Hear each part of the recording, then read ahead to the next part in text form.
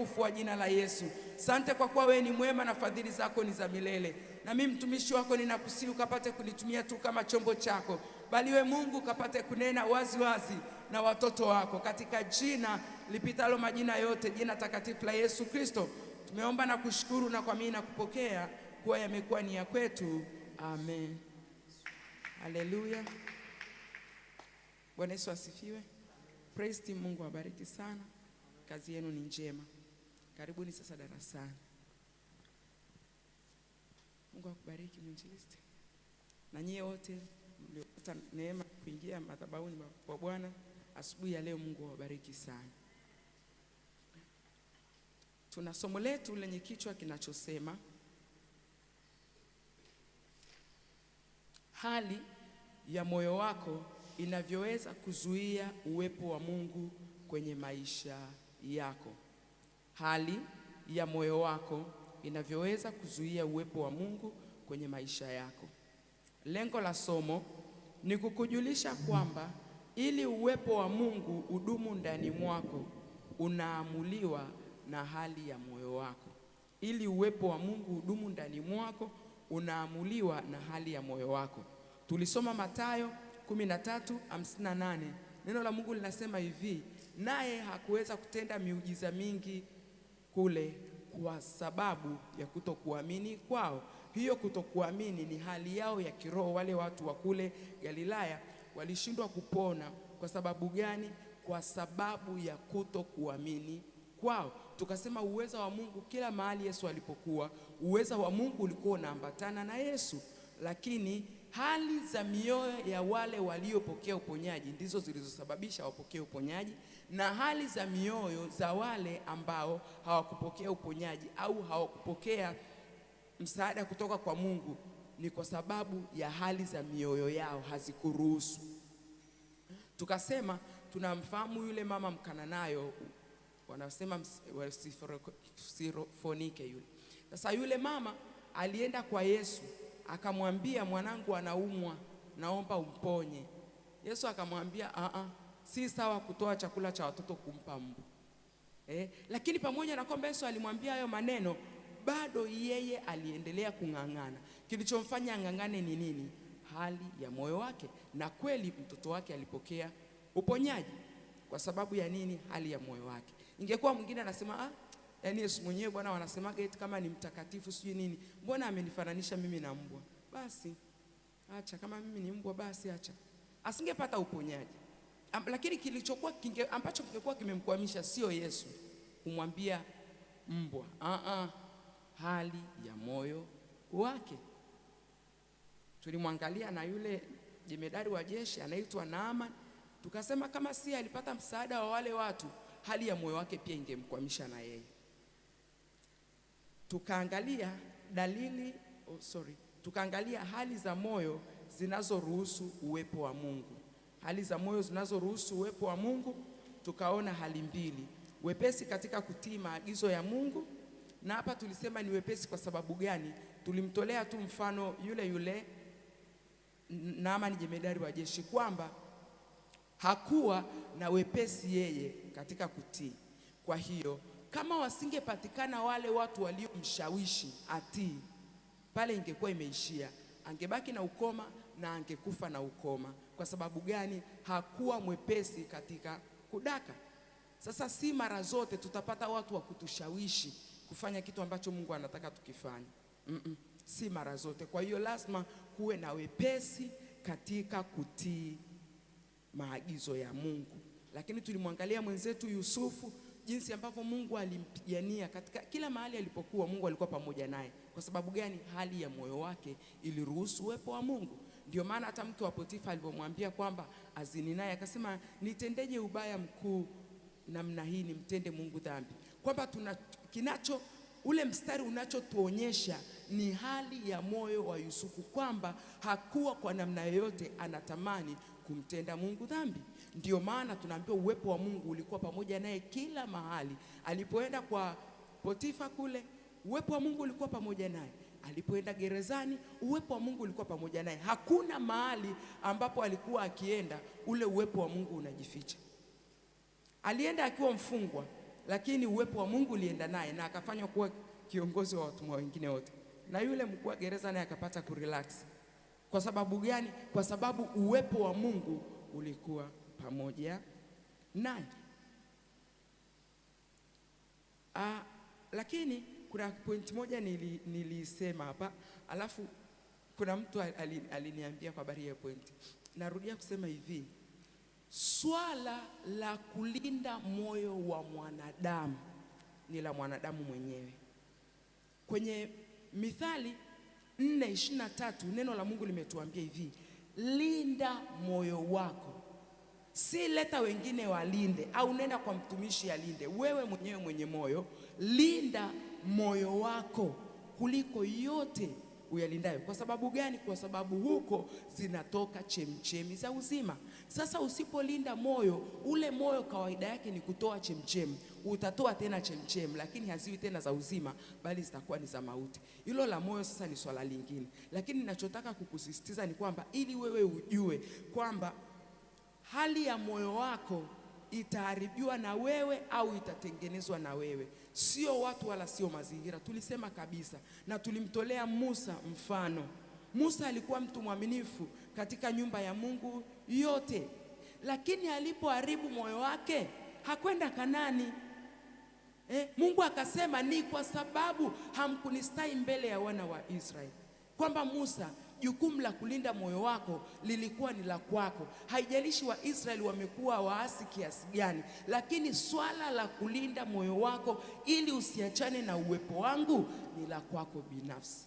Kwa na mimi nawasisitiza tena ndugu zangu, swala la kulinda moyo wako ni la kwako binafsi. Ukiamua kuanza kulinda moyo wako, kuna maisha utaishi, yani utasema hata nilichelewaga wapi, kwa sababu kuna vitu vingi sana hautapambana navyo.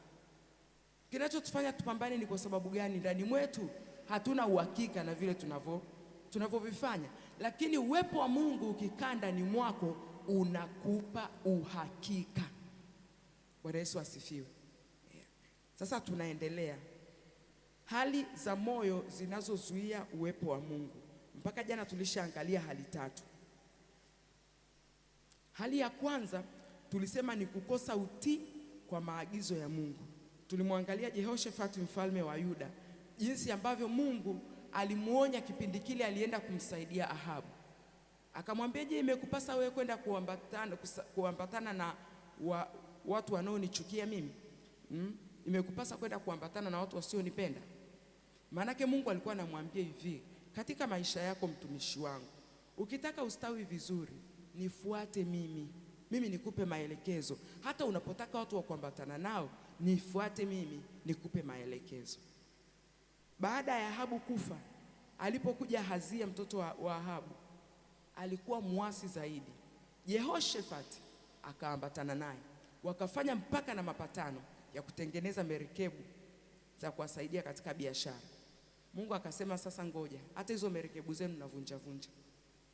Sasa tukasema kama ni wewe kwa mfano unataka kuwekeza katika biashara fulani, alafu Mungu akakwambia fulani hata kama unamwona ana kipawa kizuri, si mtu mzuri kwako, kwa sababu ana 1 2 3 4 5, au tu moyoni Mungu akakukosesha amani, lakini ukasema sasa mtu mwenye kipaji kama hiki nitampata wapi? Ngoja nifanye naye biashara. Mnafanya ile biashara, baada ya siku ngapi ile biashara inakufa, alafu nasema laiti kama ningejua. Sasa na umeshapata hasara kweli, wakati uwepo wa Mungu ulikuwepo. Mungu alikuwepo ili akusaidie. Umepata hasara kwa ajili ya nini? Nikasema mwaka huu hebu tuamue twende na Mungu, tudumu katika uwepo wa Mungu, tutembee katika uwepo wa Mungu, tutamani kusikia kutoka kwa Mungu. Ili umsikie Mungu hahitaji kwamba una miaka mingi sana ya kuokoka. Ili umsikie Mungu inahitaji kiu kwenye moyo wako. Ukishakuwa na ile kiu kwenye moyo wako, hapa tuliangalia pointi ya pili, tulisema ni kiu binafsi mtu anayekuwa nao kwa ajili ya kutaka kuhusiana na Mungu. Ile kiu binafsi unaokuwa nao kwa ajili ya kutaka kuhusiana na Mungu inaruhusu uwepo wa Mungu ukae ndani mwako. Kwa hiyo ile kiu ndio itakaofanya Mungu aseme na wewe, si kwa sababu unajua kuomba sana, si kwa sababu umesoma sana Biblia. Of course ukisoma neno la Mungu unakuwa na wepesi katika kumsikia Mungu, lakini unapokuwa na kiu na Mungu, Mungu hata subiri umalize Biblia ndo aanze kukusikilizisha sauti yake. Ile kiu yako tu inamleta Mungu karibu. Yeye atakufundisha, atakuelekeza, atakuongoza. Kwa mwaka huu Mungu atusaidie tuweze kuelewa hayo na kuenda katika hayo. Sasa hali za kiroho zinazozuia uwepo wa Mungu. Cha kwanza ndio tumesema kukosa utii kwenye maagizo ya Mungu, tumemwangalia hapo Jehoshafati. Cha pili tukasema ni kuwa na hali ya kutokumhofu Mungu.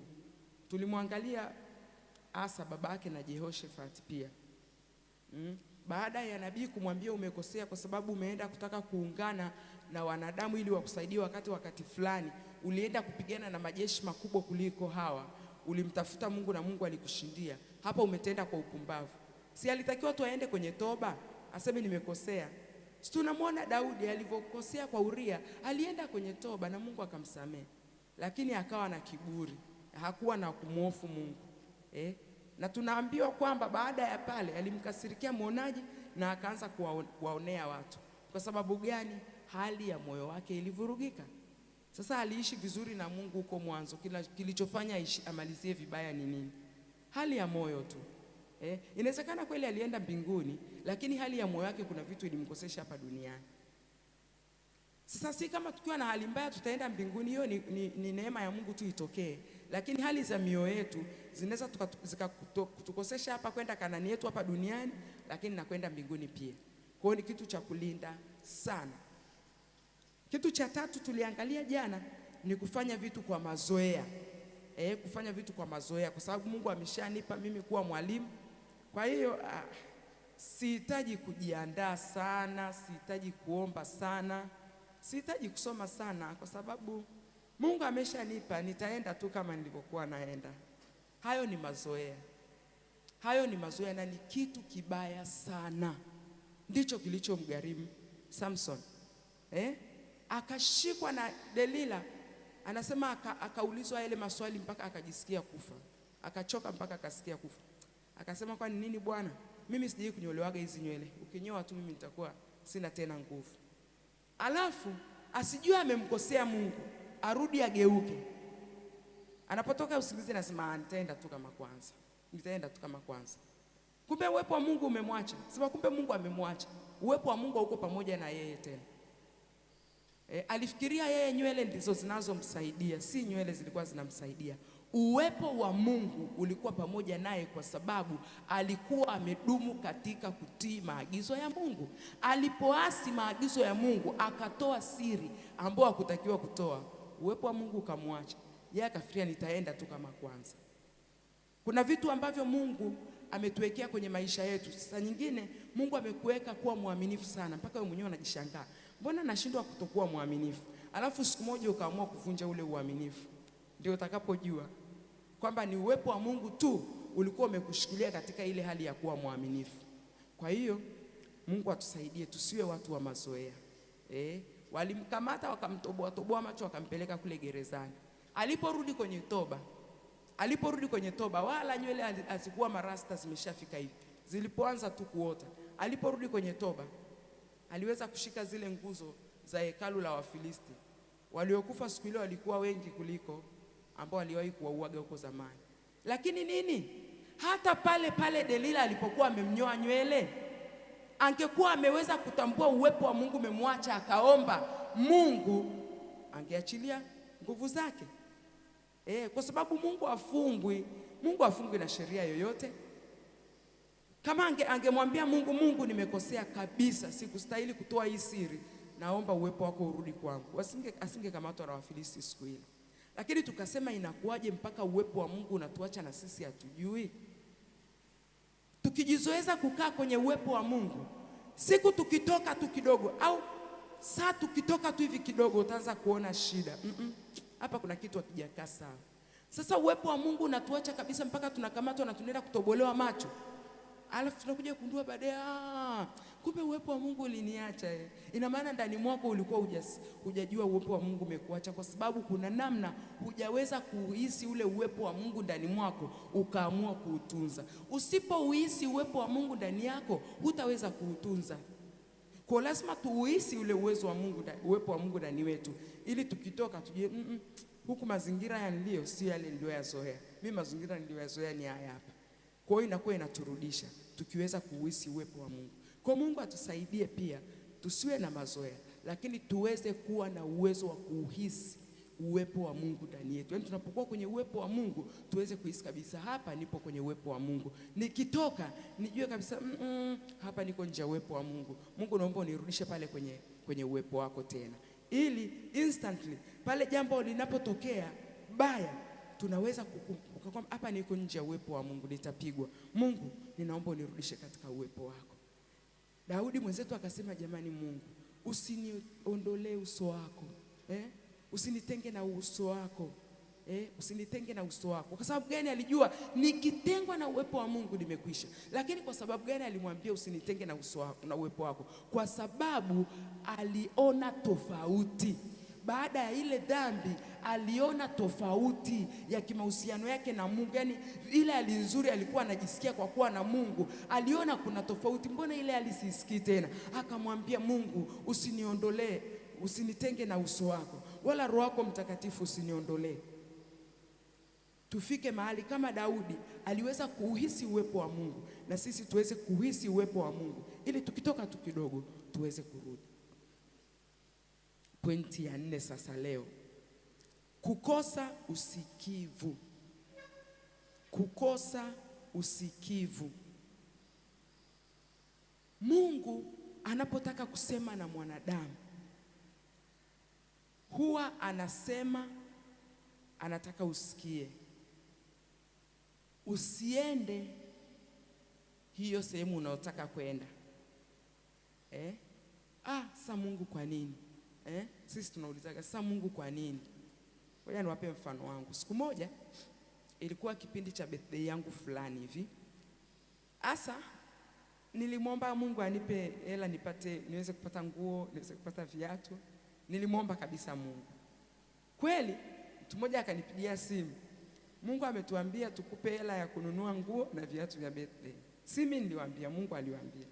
Sasa siku hiyo nataka kwenda. Kipindi kile, siku hizo mvua ilikuwa inanyesha sana. Siku ilikuwa mwaka gani? Lakini mvua ilikuwa inanyesha sana siku zile 2020 kama 19 hivi. Mvua ilikuwa inanyesha sana. Sasa hela nimeshapewa kabisa. Siku hiyo nataka sasa kwenda. Mungu akaniambia usiende leo. Ilikuwa siku ya Jumanne. Subiri uende Alhamisi. Mungu kwa nini? Basi itakuwa Mungu wewe hutaki mimi niende nikanunue nguo. Fikiria nimepewa hela lakini hutaki mimi nikanunue nguo, sijui na nini na nini. Nikalalamika hapo.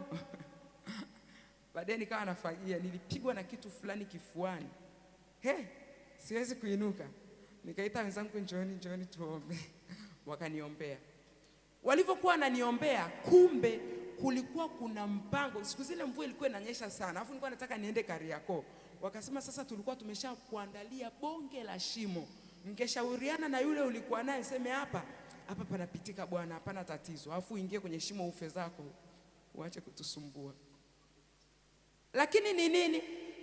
Mungu alikuwa ananionya. Mimi sikutaka kuwa msikivu. Nikaa nataka nishikilie msimamo wangu. Mungu akasema sasa wewe nitakupoteza, ngoja nikuonyeshe.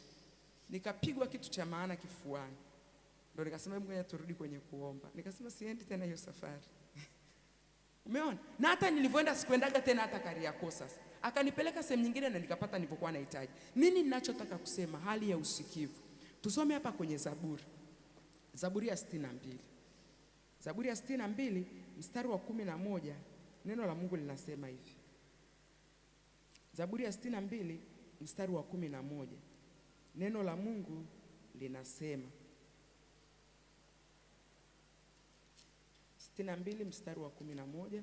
Neno la Mungu linasema hivi: mara moja amenena Mungu, mara mbili nimeyasikia haya. Huo mstari wa 62a. Mara moja amenena Mungu, mara mbili nimeyasikia haya. Kwamba Mungu anaponena na sisi mara moja, sisi tunatakiwa tusikie mara ngapi? Mara mbili. Siku moja nilikuwa napita kwenye kitu fulani kigumu sana. Alafu ilipopita Mungu akanionya, akaniambia kuna hiki hapa, hiki kitakugharimu hiki. Nikamwambia Mungu, wala uhitaji kusema mara mbili. Hapo mimi nimeshakuelewa kabisa. Kwamba nini? Unaangalia kile Mungu anachokuonya nacho, afu unaangalia gharama usipotii.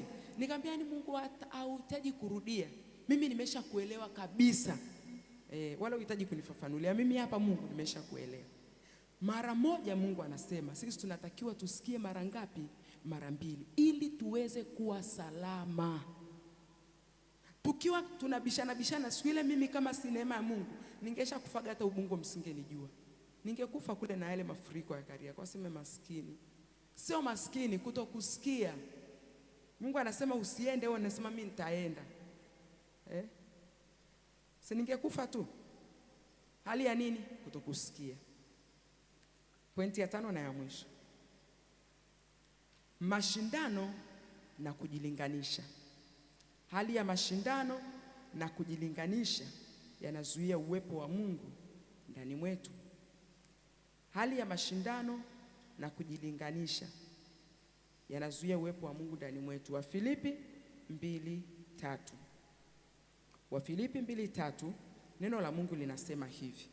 Wafilipi 2:3. Neno la Mungu linasema, msitende neno lolote kwa kushindana wala kwa majivuno, bali kwa unyenyekevu kila mtu amhesabu mwenziwe kuwa bora kuliko nafsi yake. Msitende neno lolote kwa kushindana wala kwa majivuno, bali kwa unyenyekevu kila mtu amhesabu mwenziwe kuwa bora kuliko nafsi yake. Ili uweze kumhesabu mwenzako ni bora kuliko nafsi yako, lazima hali ya moyo wako iwe imekaa vizuri. Anasema mashindano, hali ya mashindano na kujilinganisha. Hali ya mashindano na kujilinganisha. Meshaki anasema mimi nikitaka kuimba nataka niimbe kama Don Moen. Sasa Don Moen yeye ni Don Moen, wewe unaitwa Meshaki. Umekuja duniani tofauti. Don Moen alikuja na papasi yake, umekuja na papasi yako. Wewe taka kuimba kama Meshaki. Si kwa kujilinganisha na mtu yoyote. Hakuna atakayekuja awe kama sisi. Yaani kama wewe hakuna. Tafuta vizazi vyote vitakavyokujaga huku duniani. Asema yani huyo amefanana na babake, yani mpaka yani kuenenda mpaka hivyo niona, lakini wewe ni mtu tofauti kabisa na babake. Tofauti kabisa na huyo babu yake, unadhani wanafanana. Sasa ili uwepo wa Mungu udumu ndani mwetu, lazima tukatae kuwa na mashindano, lazima tukatae kujilinganisha. Utakapokuwa unafanya mambo ya kushindana, fulani amefanya hivi na mimi nataka nifanye hivi, unazuia uwepo wa Mungu, kwa sababu fulani amefanya hivi, Mungu anataka wewe ufanye kingine cha kitofauti ili kuleta ladha ile Mungu aliyoikusudia. Yule amenunua nani Land Cruiser, na mimi lazima nitanunua Land Cruiser. Sasa magari mazuri si Land Cruiser tu, sikuna hata zile Nissan Patrol zinafanana na Land Cruiser. Inawezekana Mungu amekukusudia wewe ununue Nissan Patrol. Bwana Yesu asifiwe. Ninachotaka kukionyesha hapa ni kwamba hizi hali zinazuia uwepo wa Mungu usifanye kazi ndani mwetu, uwepo wa Mungu usiweze kudumu ndani mwetu kwa ajili ya kutusaidia. Anatuambia tusifanye neno lolote kwa kushindana wala kwa majivuno, bali kwa unyenyekevu. Hizi ni hali za moyo. Yesu alitufundishaga akasema hivi, atakaye kupiga chavu la kushoto mgeuzie na la kulia pia. Watu wanasemaga mimi siwezi kuonekana mjinga. Sio kuonekana mjinga, Yesu ni Mungu. Anavyotufundisha hivyo anajua. Unaposhindana na ubaya, wewe ndio unayekosea. Wewe ndio unayekwama kwenye maisha yako. Na utaweza kushindana na ubaya kwa sababu gani? Mshtaki wetu Ibilisi yuko huku duniani sasa. Anatafuta kutushtaki mchana na usiku. Sasa kama anatafuta kutushtaki mchana na usiku, ukishindana na ubaya, wewe unajitengenezea nafasi ya kushtakiwa mbele za Mungu na kuzuiliwa vitu vyako. Kwa sababu gani? Kwa sababu tu ya kushindana. Unashindania nini? Wewe Mungu alipokuleta, alikuleta duniani ukiwa umekamilika. Ameshakupa kila kitu unachotakiwa kustawi wewe na kumpa utukufu. Sema kwa sababu tuko mbali na uwepo wa Mungu, tunafikiria kwamba Mungu yuko mbali sana na sisi. Mungu anamsikiaga tu yule, mimi Mungu yuko mbali sana na mimi. Hapana, neno la Mungu linasema hawi mbali na kila mmoja wetu. Mungu yuko karibu na sisi kuliko pumzi yetu. Sasa kama yuko karibu na sisi kuliko pumzi yetu, sisi tunapohangaika Mungu anajisikia vibaya. Anasema sasa, si ungekaa tu kwenye uwepo wangu? Ungekaa kwenye uwepo wangu, hivi vitu vingekuwa rahisi. Kile pale unachopambana nacho wala atasicha wakati huu. Unang'ang'ana. Siku moja nilimwambiaga Mungu hivi. Nikamwambia Mungu, mimi napenda kuimba. Na mimi napenda kabisa kukuimbia katika roho na kweli. Niinue basi niwe mtumishi wako nitakayekuimbia katika roho na kweli. Akaniambia hivi unafikiria hao wengine hao unaowaona wana skendo 1 2 3 4 5 walipoanza walikuwa wataki kuniimbia katika roho na kweli? Walikuwa wanataka kuniimbia katika roho na kweli, lakini vita ilipoinuka hapo juu walikwama. Akaniuliza, una uhakika moyo wako unaweza kubeba hicho unachokisema? Akaniambia, usiombe mimi eti nikufanye sijui wewe mwimbaji mkubwa sijui ufanye nini. Ombea moyo wako. Ombea moyo wako. Sijawahi kuombaga tena. Sijawahi kuombaga tena. Miaka imeshapita sasa, sio hata miaka 10 sasa inapita. Sijawahi kuombaga tena mimi hicho kitu. Kwa sababu gani? Mungu aliona, yani wewe hata ukifika pale utakuwa kama wao. Tengeneza kwanza moyo wako uweze kukaa vizuri, alafu mimi ndo nitaamua kwamba unaimba au unafanya nini. Kwa sababu unapenda kuimba basi lazima ukaimbe huko unakotaka kuimba. Wewe tengeneza moyo wako. Tengeneza moyo wako. Bwana Yesu asifiwe. Mungu atusaidie sana. Hivi vitu Mungu anatuongelesha kwa ajili ya faida zetu. Mimi nawahakikishia, mimi Mungu amenipitisha kwenye hili darasa mpaka hata sasa hivi bado anaendelea kunifundisha. Lakini kama kuna vitu namuombaga Mungu, namwambia Mungu, naomba unisaidie mimi nikuelewe na hivi nivipokee. Nivipokee. Kwa sababu gani Mungu? Mimi nimeona faida yake. Kama wengine watakataa kusikia, lakini mimi nakuomba kabisa nikuelewe, kwa sababu nimeona faida yake. Kuna mahangaiko ambayo sio ya muhimu, hauinayo. Hauinayo. Kwa sababu gani? Kwa sababu unakaa katika uwepo wa Mungu. Kwa Mungu atusaidie sana. Hatutakamilisha kwa tumekaa eti kwenye uwepo wa Mungu, bado tuko hapa duniani. Kila siku lazima utajitahidi nikae tena kwenye uwepo wa Mungu. Na leo nikae tena kwenye uwepo wa Mungu. Na leo nikae tena kwenye uwepo wa Mungu. Si kwamba siku hizi mimi nakaaga kwenye uwepo wa Mungu, hakuna. Saa ya wokovu ni sasa. Asubuhi unaweza ukaa kwenye uwepo wa Mungu vizuri sana. Mchana pale kukawa na cha kukuvuruga. Kwa hiyo ni kuomba Mungu akudumishe kukaa katika uwepo wake. Bwana Yesu asifiwe. Amina. Leo ni Ijumaa, tulitakiwa tuwe na muda mwingi wa maombi, lakini nimeona nifundishe. Bwana Yesu asifiwe. Tunaweza tukaomba sana, lakini kama huna maarifa, na mimi ninachokitamani kabisa, haya maarifa Mungu akusaidie. Hakuna ambaye ni mdogo kiasi cha kushindwa kumwelewa Mungu. Hakuna. Mimi niliokoka na miaka 15, niliwaambia. Miaka 15 tu. Lakini nilikuwa nasikia Mungu anasema na mimi, nikikosea naenda najibanza mahali naomba Mungu nisamee. Hapa mbona nimekosea? Aliyeokoka hatakiwi kufanya hivi. Hakuna aliyenifundishaga. Ni Roho Mtakatifu tu ndani. Kwa hiyo mimi ninachokuambia inawezekana, ni kwamba inawezekana. Haijalishi umri wako, haijalishi umeokoka lini, haijalishi chochote. Haijalishi background yako, haijalishi. Inachojalisha, mpende Mungu, mtamani Mungu kwenye maisha yako. Bwana Yesu asifiwe. Kila kitu kitawezekana kwa jina la Yesu. Bwana Yesu asifiwe. Kinachotupaswa tu sisi kuwa wanyenyekevu.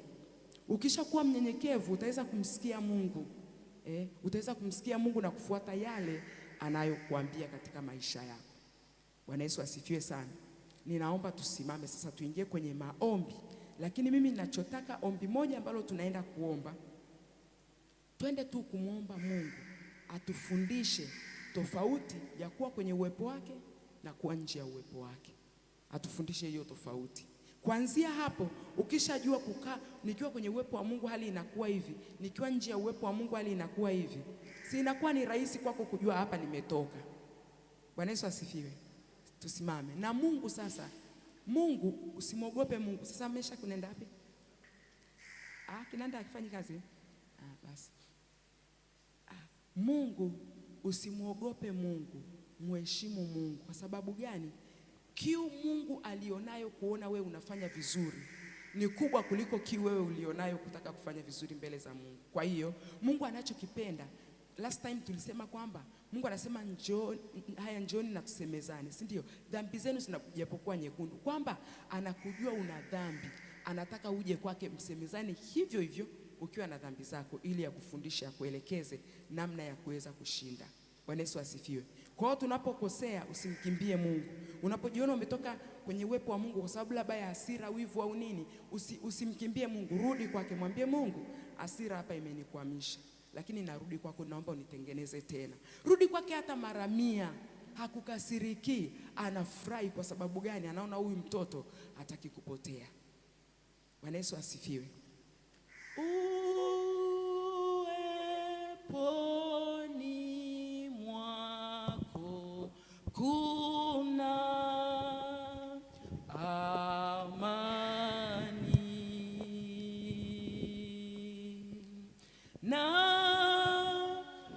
napenda nikae nawe Bwana Yesu.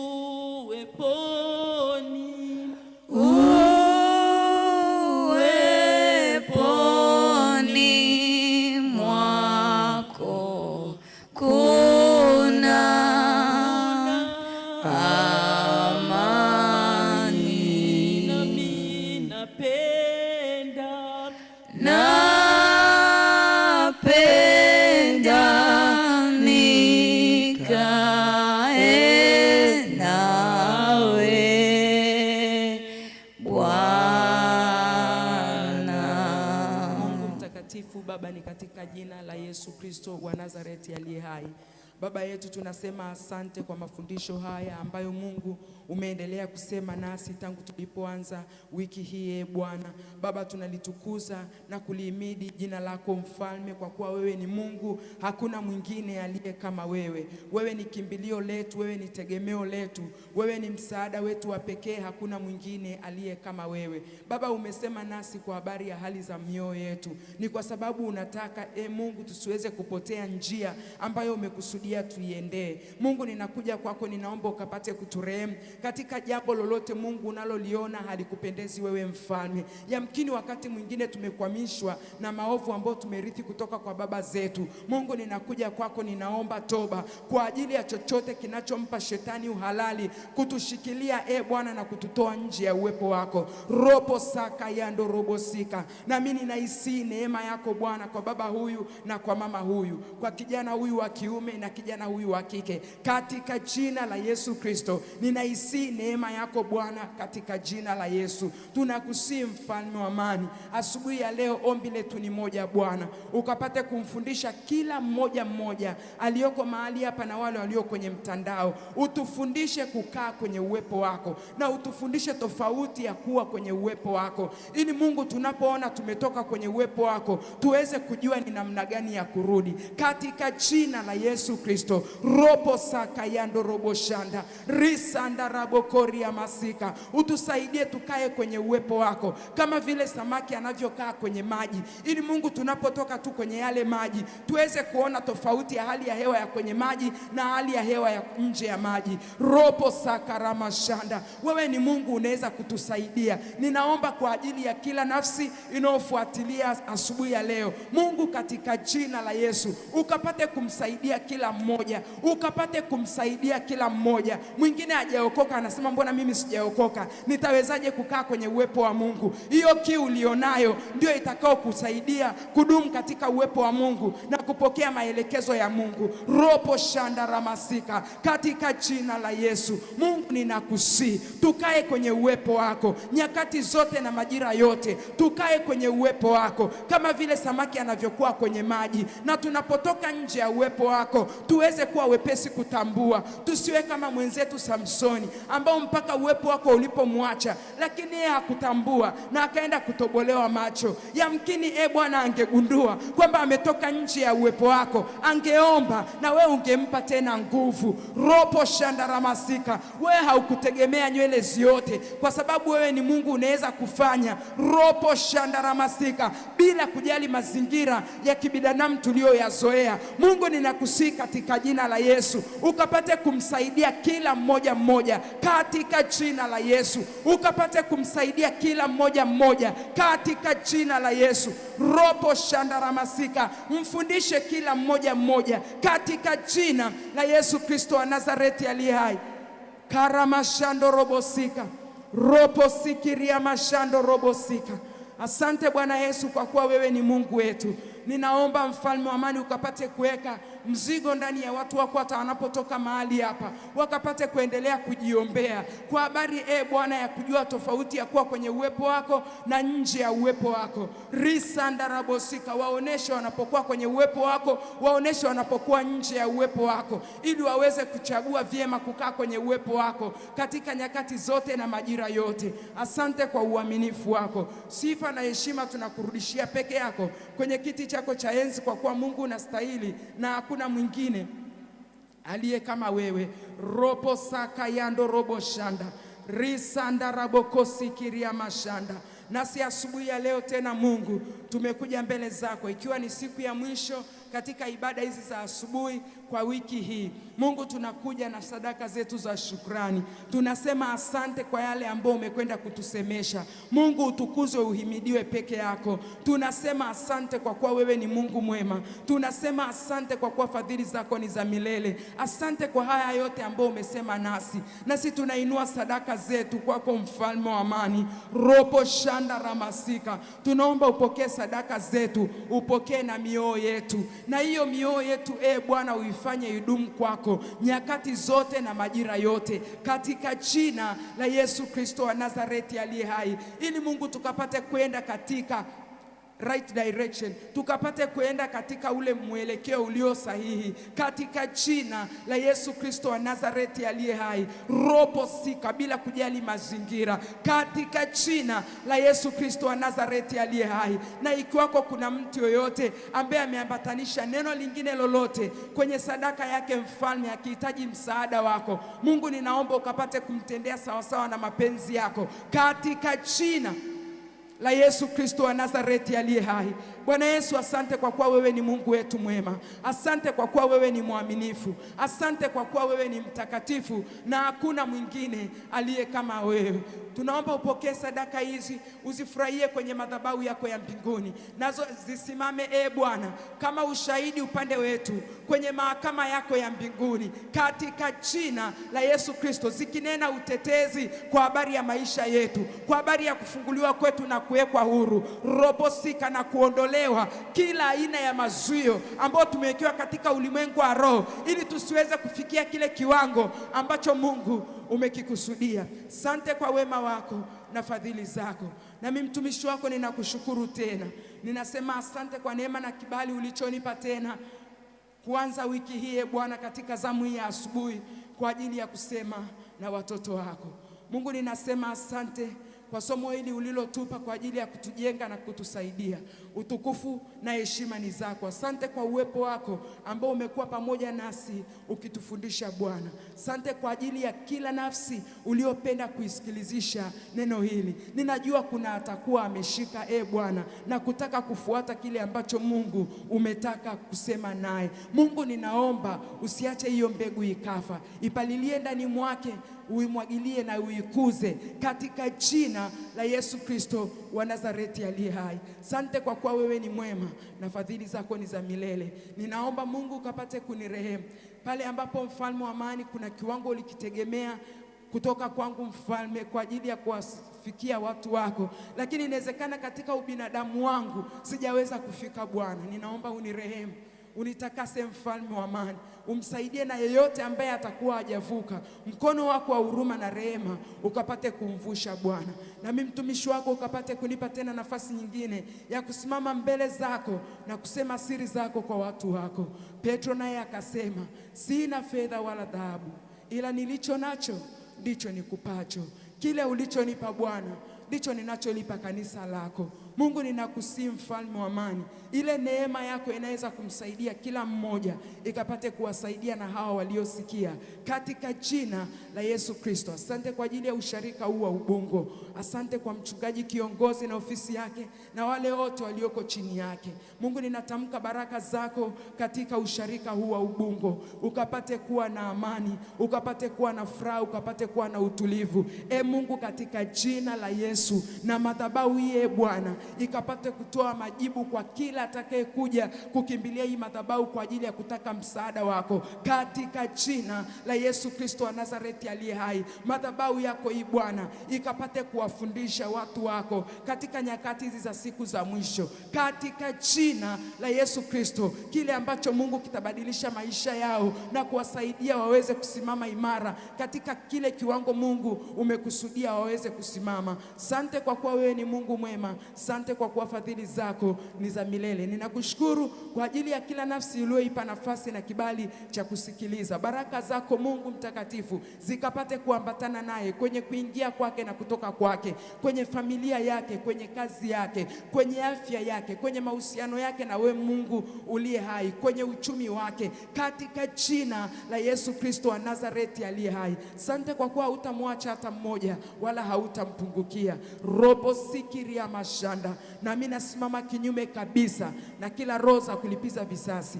Hasira na mashambulizi kutoka kuzimu havina nafasi kwenye maisha yetu kwa namna yote, katika jina la Yesu. Bali Mungu mtakatifu, ninaomba ulinzi wako wa kimbingu ukapate kumlinda kila mmoja mmoja, katika jina la Yesu Kristo. Nimeomba na kushukuru na kuamini na kupokea kwa yamekuwa ni ya kwetu. Amen. Mungu awabariki sana.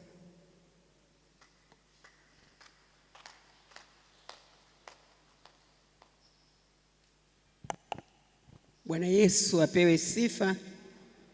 Tupende kumshukuru Mungu kwa jinsi ambavyo ameendelea kututumia na kumtumia mtumishi wa Mungu Helen kwa kufundisha wiki hili zima. Hizo hali zote muombe Mungu akusaidie kuwa na utii, usikivu, usiwe na hali ya kushindana. Kila mtu Mungu amempa kitu chake duniani. Ukiwa unaona kuna jambo linapita mbele yako, wewe mpe Mungu utukufu, ila wewe pambana na ile hali yako ambayo Mungu amekupa, na utaziona baraka za Mungu tele. Tukushukuru mtumishi wa Mungu kwa niaba ya mchungaji kwa wiki hili, nikushike mkono niseme asante sana. Mungu akubariki sana. Bwana asifiwe. Siku ya kesho ni Jumamosi, tutaendelea na jumuiya zetu, na Jumapili ibada zetu ni mbili. Ibada ya kwanza saa 1 kamili na ibada ya pili saa 4 kamili.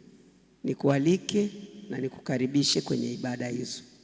Tupokee baraka za Bwana sisi sote tunaomtegemea Mungu. Bwana Mungu akubariki na kukulinda. Bwana Mungu akuangazie nuru za uso wake na kufadhili. Bwana Mungu akuinulie uso wake na kukupa amani. Katika jina lake Mungu Baba na Mwana na Roho Mtakatifu. Amen. Tushirikiane neema ya Bwana wetu Yesu Kristo na upendo wa Mungu na ushirika wa Roho Mtakatifu kae na sote sasa na hata milele. Amen.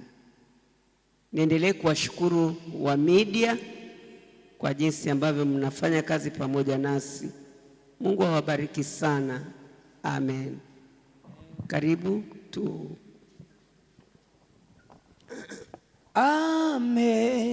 Ameniambia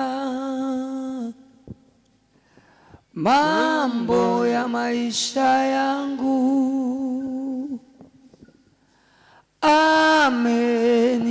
ameniambia mambo ya maisha yangu, nimenyeshewa na mvua ya baraka Bwana ameniambia,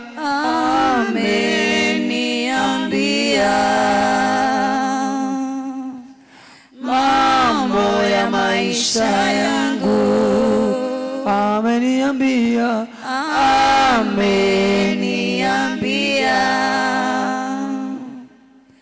mambo ya maisha yangu. Nimenyeshewa na mvua ya baraka, nimenyeshewa